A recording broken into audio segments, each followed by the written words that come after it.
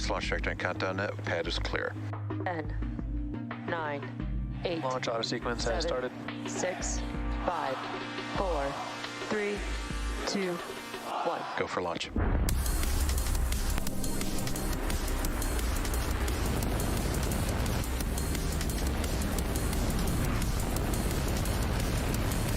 Vehicle is supersonic. Stage separation confirmed. Dragon, separation confirmed.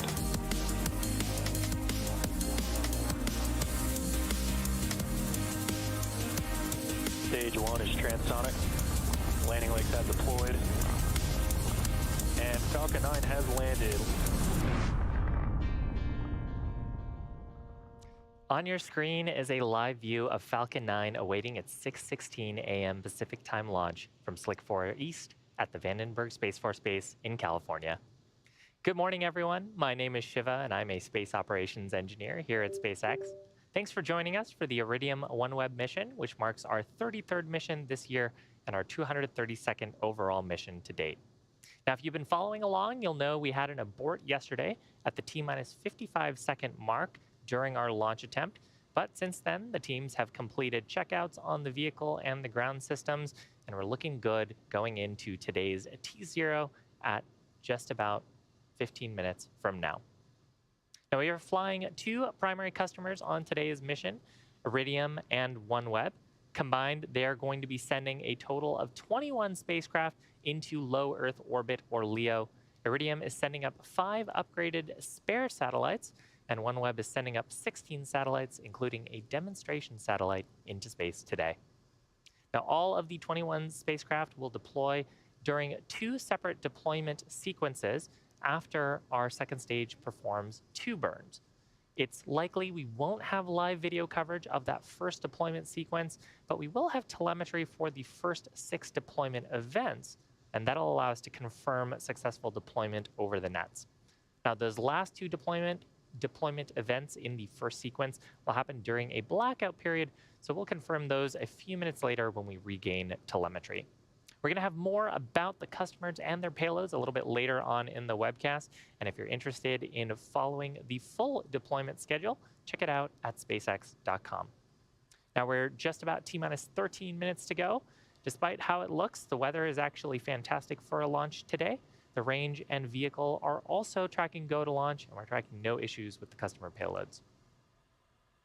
Now, on your screen is, in fact, a live view of the Falcon 9 rocket. You can see a little better view of it there. Falcon 9 is a 2-stage rocket. It's about 230 feet tall, and when it's fully loaded with propellants, it'll have about 1 million pounds on board. We actually began loading those propellants at around the T-minus 35-minute mark and began liquid oxygen loading actually just as the webcast went live. Now, starting at the very top of the rocket, we've got our payload fairing. That's that nose cone structure you can see at the very tip of your screen. And that is what is containing our 21 satellites today. The payload fairing protects the payloads from aerodynamic heating loads and contamination during the ascent phase of the mission. But once we get to the vacuum of space, we don't need it anymore. So we jettison those halves back while the second stage continues on to orbit. It's in shadow there behind Vandenberg's famous fog, but you can sort of see it on the right of your screen. Now, it is worth noting that we're going to have 2 deployment sequences during today's mission. The first deployment sequence will deploy all 5 of the Iridium satellites and the first 6 OneWeb satellites. And then the second will deploy the additional 10 OneWeb satellites that are on the mission. Now, below the payload fairing, you can see sort of a white structure and then a black structure there on your screen. That white structure is the second stage. And in the black structure, which is our inner stage, is the Merlin vacuum or MVAC engine. The second stage is what's going to carry the 21 spacecraft into low Earth orbit to their payload deployment. Now, the Merlin vacuum we're flying on today's mission has a shortened nozzle. We're going to get a much better look at that during the burns and during stage separation. The shortened nozzle made its debut on the Transporter 7 mission, and it'll continue to be used on missions that don't need quite as much performance to get to their final destination. Now, as a reminder for really all you MVAC fans out there, the large nozzles, the regular size nozzles on MVACs aren't going away. we still fly them on missions that require more thrust or more efficiency to get heavier payloads into orbit.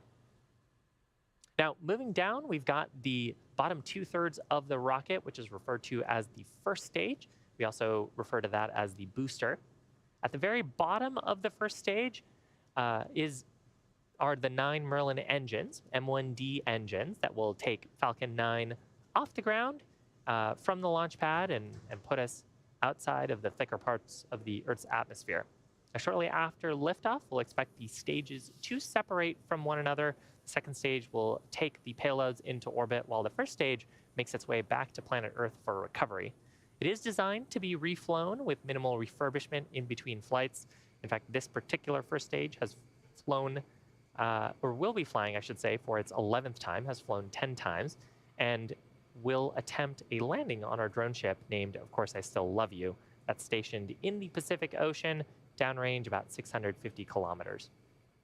Now, if we're successful, that landing will mark the 193rd recovery of an orbital class rocket.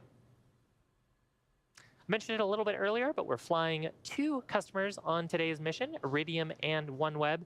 Iridium is a global satellite communications company. They provide access to voice and data services anywhere on planet Earth.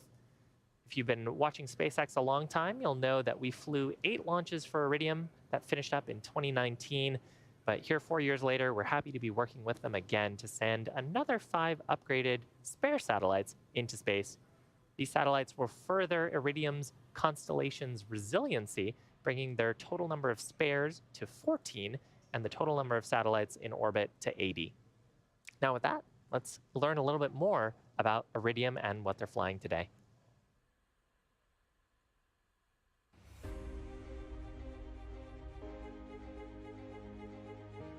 Innovation, versatility, safety, resilience. These are just a few of the words that represent Iridium. Millions of people know they can trust Iridium to connect them to and from anywhere on the planet every day. As a result, when family, friends, and colleagues venture off the grid, including to the world's most dangerous environments, they choose to stay connected with Iridium. And some are researching climate change, combating poaching, cleaning plastic from the oceans, and ensuring critical aid can be safely delivered to those in need. This is what Iridium was made for. Most important, Iridium is a lifeline for those in dire situations, and it remains the only satellite network that lets you send out an SOS from anywhere on Earth. We take this responsibility and the trust placed in Iridium very seriously. Our upgraded satellite constellation, packed with redundancy in space and on the ground, is a testament to our unwavering commitment to those relying on us today and the millions more to come in the years ahead. The original Iridium satellite constellation lasted over 20 years, well beyond what was expected. We designed our latest constellation to even higher standards with even more flexibility. That's why today, you can expect Iridium to continue delivering the highest quality service in any weather condition across the whole planet well into the next decade and beyond. Quite simply, there is no network like Iridium.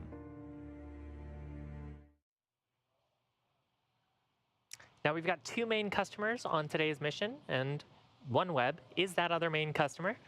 Today's launch marks OneWeb's 19th overall launch and our 4th launch with SpaceX.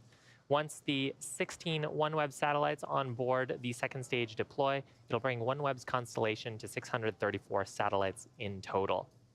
Among those 16 satellites, there's also a special demo satellite called JoeySat, which is going to test an innovative beam hopping capability, allowing the satellites to switch direction and signal strength based on customer needs or demands. Let's take a quick look at OneWeb and the payloads that we're flying today.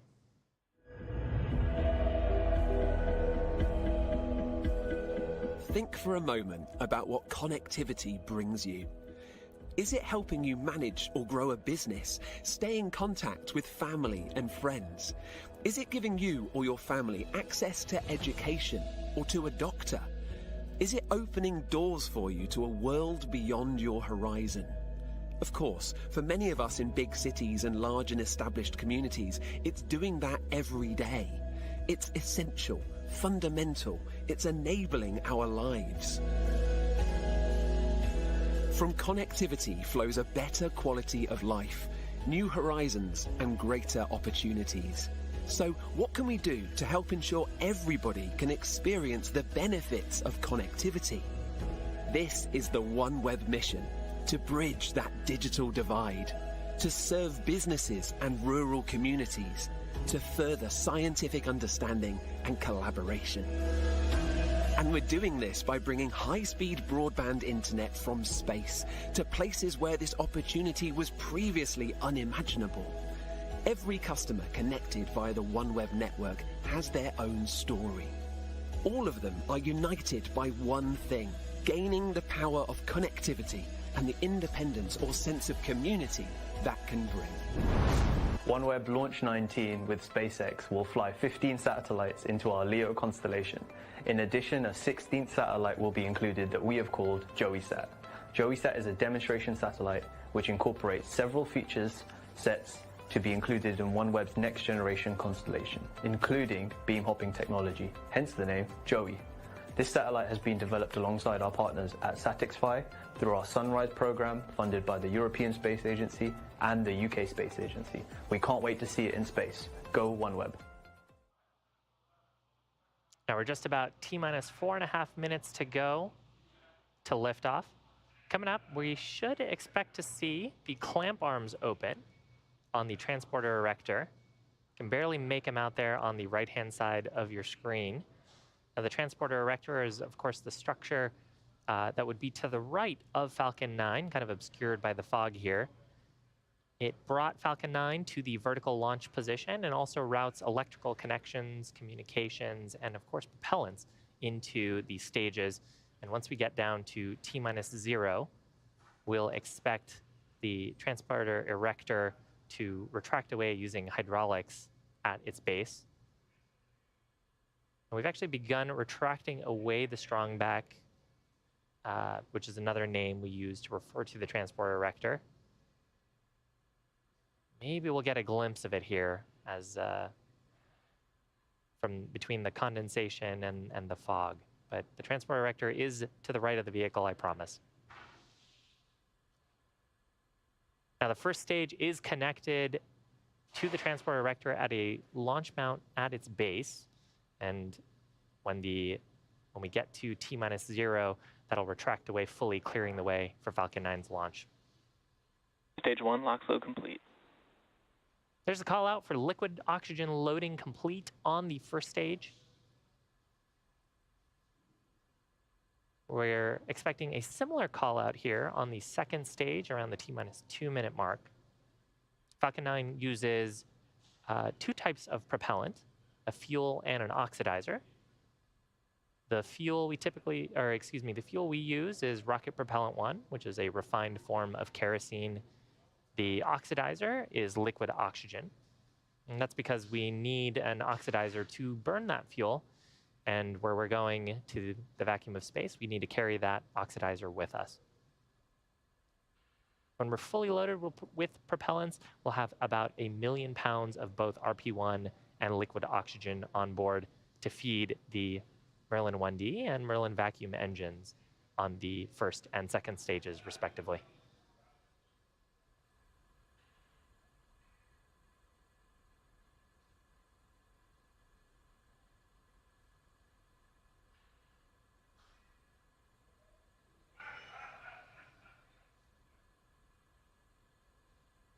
Should be coming up pretty close to liquid oxygen loading complete. You can see a little bit of the venting. Stage 2, lock flow complete. There's the call out there for LOX load complete. You can see a little bit of the venting, bleeds, I should say, coming off of the second stage. And we should expect to see some venting here. You can barely make it out, and you can really hear it there. The transporter erector lines are being cleared out. I'm producing those clouds around the vehicle. Now, coming up next major milestone is at T-minus 60 seconds. That's when Falcon 9 transitions into startup, and the flight computers on board the vehicle will have control autonomously through the rest of the count. Falcon 9 is in startup. So from here, Falcon 9 has autonomous control of the rest of the count. The LD will give their final go for launch. LD is go for launch. Now the payloads continue to look healthy. Next major milestone coming up at T-minus 2 seconds when we ignite those Merlin 1D engines, and then liftoff at T0. We're about 30 seconds away. T-minus 30 seconds. Range and weather continuing to look good. Let's watch.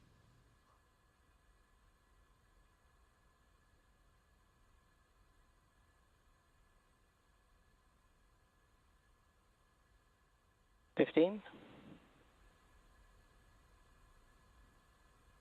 10, 9, 8, 7, 6, 5, 4, 3, 2, 1. Full power. Liftoff of Iridium OneWeb.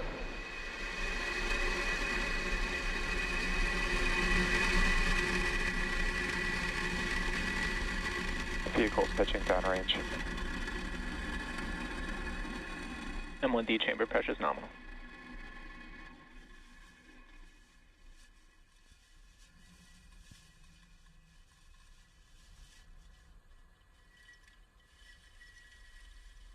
Successful liftoff of Falcon 9 from Space Launch Complex 4 East at the Vandenberg Space Force Base. We're carrying the Iridium OneWeb satellites into orbit. We've begun gimbaling the engines on the first stage. Gimbaling is really just tilting the engines. Telemetry nominal. We've begun what's called a gravity turn.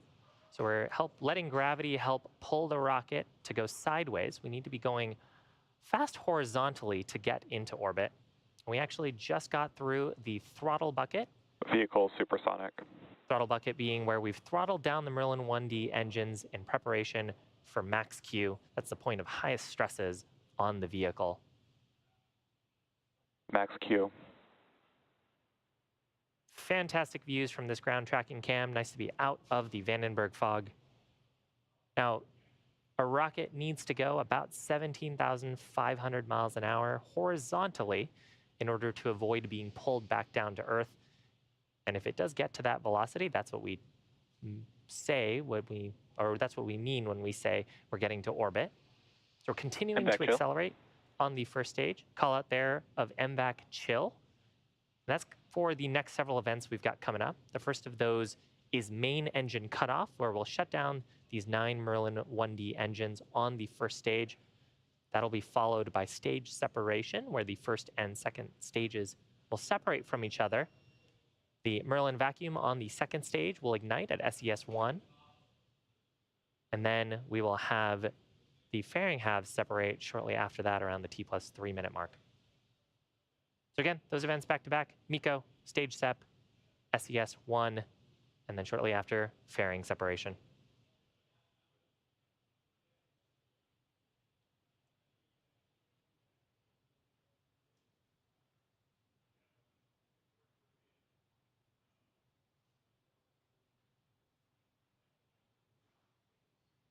MECO.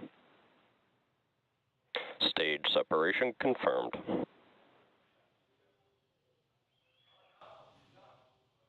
MVAC ignition. And there are great views of that shortened MVAC nozzle. Right-hand side of your screen is the second stage. Left-hand side of your screen is the first stage. We've begun deploying the hypersonic grid fins on the first stage. Those are those structures that are popping into view right now. Next major milestone will be a fairing deployment. If you keep a close eye out, you might even see those fairings behind the second stage as they trail away. Fairing separation confirmed. And there is successful separation of the fairings. Now both the fairing halves, in fact, there's a view of one of the fairing halves on the right-hand side of your screen, making its way back to Earth. Both of these fairing halves are flight proven, one of them having flown 3 times and the other one for its 6th time. And we will be attempting to recover both halves once they make it back to Earth using our recovery vessel named Go Beyond.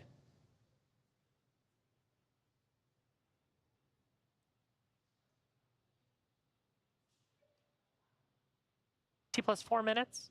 If you're joining us, welcome. You're looking at a live view of Falcon 9. Right-hand side of your screen is the second stage in the first of 2 planned Merlin vacuum engine burns. This burn will last about another 4 minutes on the second stage. It's carrying our 21 payload satellites into orbit. On the left-hand side of your screen, we've got Falcon 9's first stage. Those periodic white bursts that you're seeing are actually from our attitude control system. We're reorienting the first stage to get the engines pointing down back towards the atmosphere, because we're coming up on Falcon 9 first stage's next major milestone as well. Both vehicles are following nominal trajectories. Call out there indicating that we are on the path we intend to be on. Now, the first stage is pointing its engines down in preparation for the entry burn.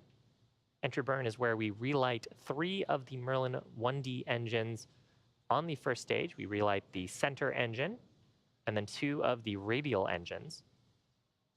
And that maneuver is to slow down the first stage. We've picked up quite a bit of velocity in lofting the second stage and getting it started on its path to orbit. And we're going to bleed off a lot of that energy as we come back through the thicker parts of the Earth's atmosphere.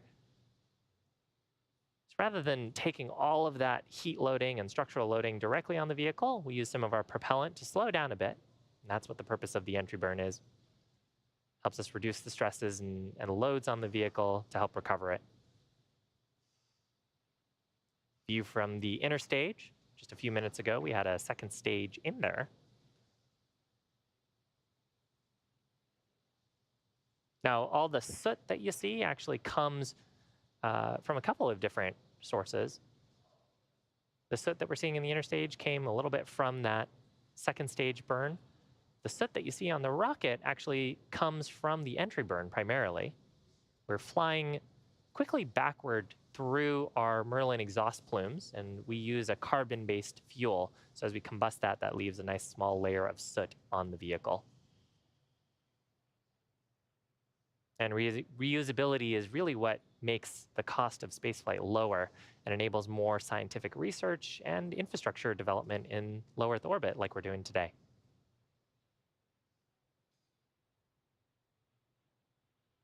Stage 1, FTS has saved. Stage 1 entry burn startup. There is startup of the entry burn. This should be a pretty short burn. Falcon 9 making its entry burn for its 11th time, this particular booster having flown 11 missions.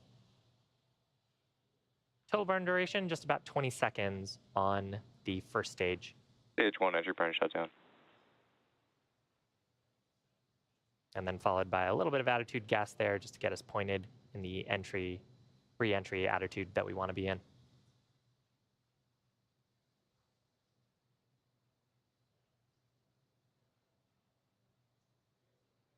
Now from there on, the first stage actually has those 4 grid fins. Nominal trajectories.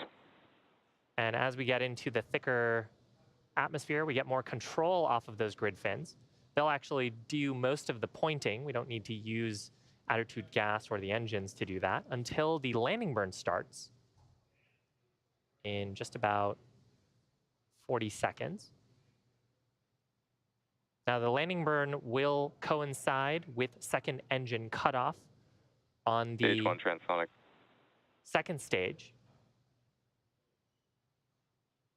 Second engine cutoff expected around T plus 8 minutes, 45-ish seconds. Stage 2, FTS has saved. Stage 2 terminal guidance. Now, during the landing burn, we light just a single center Merlin engine, followed shortly after by landing leg deploy, and then hopefully a soft touchdown on the drone ship. Stage 1 landing burn. Pretty fun coming in through the clouds here off the California coast.